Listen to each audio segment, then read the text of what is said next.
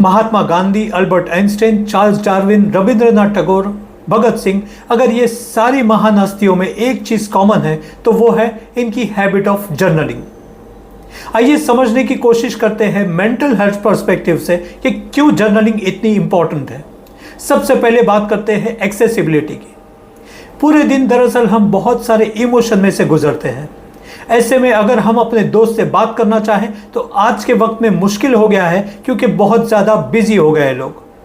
ऐसे में अगर हम अपने इमोशन को एक्सप्रेस करना चाहते हैं तो उसका सबसे एक्सेसिबल तरीका बन जाता है जर्नलिंग, जहां हम अपने इमोशन को अच्छी तरह से एक्सप्रेस कर सकते हैं। अगर बात करें दूसरे बेनिफिट की, सेकेंड बेनिफिट है सेल्फ अवेयरनेस।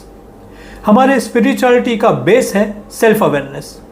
हमें कई बार ये समझ में आता है कि जितना ज़्यादा हम सेल्फ अवेयर रहेंगे उतना हमारे मैच्योरिटी के लिए अच्छा है, और जर्नलिंग दरअसल हमें इस एरिया में बहुत हेल्प करती है।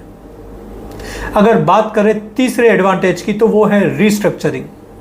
जब हम लिखना शुरू करते हैं तो कई बार उसमें हमें हमारे थॉट पैटर्न्स दिखाई देते हैं। कई बार अगर कोई नेगेटिव थॉट पैटर्न है तो हम उसे ब्रेक करके रीडायरेक्ट कर सकते हैं। अगर इतने एडवांटेजेस है जर्नलिंग के तो क्या क्या चीज़ें हैं जो जर्नलिंग में हम कर सकते हैं। तो सबसे पहले हम अपने थॉट्स और आइडियाज़ को मेंशन कर सकते हैं, हमारे इमोशन को एक्सप्रेस कर सकते हैं। सेकंड, ग्रेटिट्यूड की लिस्ट, यानी जो जो चीज़ों के बारे में हम थैंकफुल है उसके बारे में हम मेंशन कर सकते हैं। तीसरा, गोल सेटिंग। हमारे आज के गोल्स, वीक के गोल्स या ईयरली गोल्स या लाइफ के गोल्स जो भी है हम उसे लिख सकते हैं और उसे बार बार रिविजिट कर सकते हैं। फोर्थ, अफर्मेशन, यानी कि पॉजिटिव चीज़ें लिखना। ये इसलिए भी ज़रूरी है क्योंकि ज़्यादातर जब हम अपने आप से बात करते हैं तो कई बार बहुत नेगेटिव सेल्फ टॉक करते हैं। ऐसे में जब हम अपने आप को पॉजिटिव अफर्मेशन देंगे तो कई बार चीज़ें बैलेंस होती है और लाइफ थोड़ी एनहेंस हो जाती है। जर्नलिंग अगर over the period of time करते तो इसमें क्या क्या बेनिफिट है।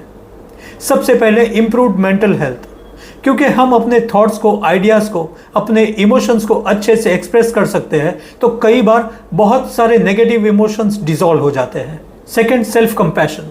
जब हम अपनी जर्नी को देखेंगे पहले से लेकर आज तक तो कई बार हमारे अंदर लेट गो करने की क्षमता बढ़ जाती है। तीसरा, बेहतर कम्युनिकेशन स्किल्स। क्योंकि हम अपने थॉट्स और आइडियाज़ को अच्छे से एक्सप्रेस कर सकते हैं तो कई बार जब हम कम्युनिकेट करते हैं तो उसमें बहुत ज़्यादा क्लैरिटी रहती है। चौथा, इमोशनल इंटेलिजेंस। दरअसल क्योंकि हम अपने इमोशंस को रेगुलरली एक्सप्रेस करते हैं, रिविजिट करते हैं तो कई बार हम बहुत ज़्यादा कंट्रोल्ड महसूस करते हैं, काफ़ी रेगुलेटेड महसूस करते हैं, और यही इमोशनल इंटेलिजेंस की क्वालिटी लाइफ के दरअसल हमें हर एक एरिया में काम में आती है।